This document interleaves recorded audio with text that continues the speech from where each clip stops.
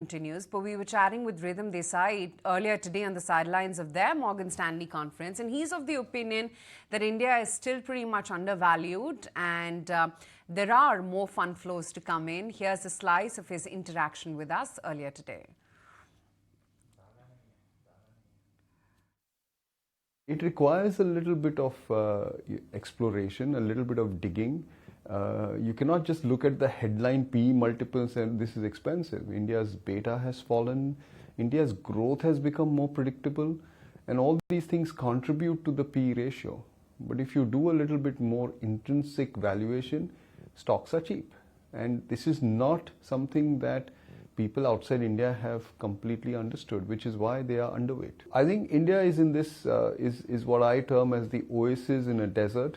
It's a tough global environment, and in that India shines like a bright star in a dark night. So I think that's how I would characterize this, and I think the global story has only worsened at the margin, and India's story has, at worst remained steady, at best has continued to improve. Retail investors in India have an average holding period of over 35 months, 3 years. They are far more long-term oriented than all the institutional investors in the world. And they are not getting scared by a 10-20% correction. So unless somebody starts selling in the domestic market, how are foreigners going to buy? They can only buy if somebody sells. There are two cohorts that can sell, either domestic sell or corporate start issuing paper.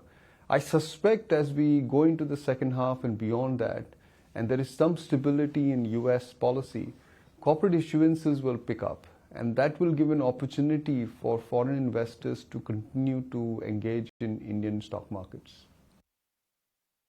I think the lenders and industrials, those that are supplying to India's capital spending demand, are the two places which should be watched out for.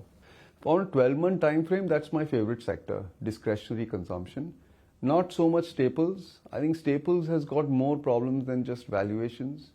I think competitive landscapes have intensified, and therefore the growth for the listed companies will not be so easy to come. The moats for listed discretionary companies seem a lot stronger.